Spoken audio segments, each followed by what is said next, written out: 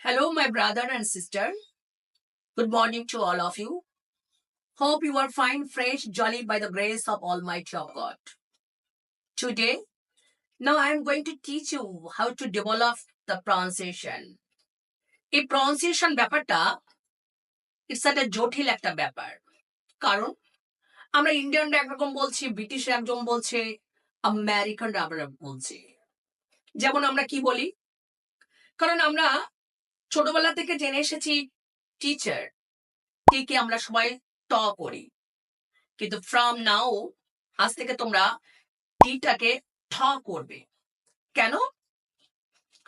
কারণ হচ্ছে যে আমরা সবার আমাদের সবার ইচ্ছা হচ্ছে আমরা নেটিভ স্পিকার হতে যাই। কিন্তু আমরা হতে পারি না। কারণ আমাদের যে ট্র্যাডিশনে চলছে আমরা যা শিখে এসেছি ছোটবেলা থেকে স্কুল কলেজে শিখে এসেছি, আমাদের টিচাররা আমাদেরকে বলেছে teacher. So it's a wrong pronunciation. কারণ টিচার কথাটা অ্যাকচুয়ালি ব্রিটিশরা একরকম বলছে, আমেরিকানরা একরকম বলছে। ব্রিটিশরা কি বলছে?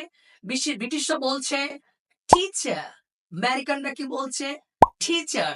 কারণ ব্রিটিশরা আর নেয় না, শেষ ওয়ার্ডের শেষে আর নেয় না, কিন্তু আমেরিকানরা আবার আর নেয়। সো আমাদের মনে রাখতে হবে এখন থেকে কি করতে হবে, টিচারটা টিকে ঠ করতে হবে।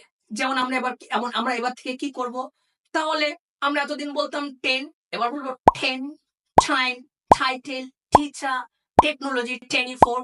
যেমন আমরা আরো যে ঠাং টুইস্টটা ভাবে মনে রাখতে পারি তাহলে আরো বেশি সুবিধা হয়। Take the total team in the tea garden to take the taste of every teaspoon in a tea time. আমরা আর একটা কি করতে পারি, পিকে ফ করতে পারি। এই ফ আমরা এতদিন করে এসেছি প, আমরা এবার থেকে করব ফ। কেন ফ করব? কারণ ব্রিটিশ আর আমেরিকানরা সবসময় পিকে ফ করে। যেমন আমরা তাহলে পেন কি বলবো, ফেন বলবো। তারপরে আমরা কি বলবো, পিকে ফ করে ফেন করব। ঠিক আছে? তারপরে আমরা কি বলি, papa please pay the payable payment pen pencil paper to the paper house. আমরা আর নেব, আর একটা লেটার নেব, সেটা হচ্ছে সি। সি কে আমরা নেব খ, সির সঙ্গে আমরা কে আর কিউ কে নেব। তারপরে আমরা কি বলতে পারি, ক্যান নেব, কি নেব, খ্যাপ নেব, ক্যান্সিল নেব, খামেডি নেব, আর কিং যদি নেই কিং নেব, কিংডম নেব, খিল নেব, কুইন নেব, মানে কিউ যদি নেই কুইন নেব, কোশ্চেন নেব, কোয়ালিটি নেব। যেমন আমরা বলতে পারি ঠাং টুইস্টার কেমন ভাবে নেব, Canadian coffee house KFC campaign for chocolate cake in Cambodian in campaign catches the concentration of Cambodia. So মাত্র তিনটে লেটার যদি তোমরা চেঞ্জ করে নিতে পারো, অ্যাডাপ্ট করে নিতে পারো, আই হোপ 60 থেকে 70% টোটালি প্রনাউন্সিয়েশন চেঞ্জ করে নেবে।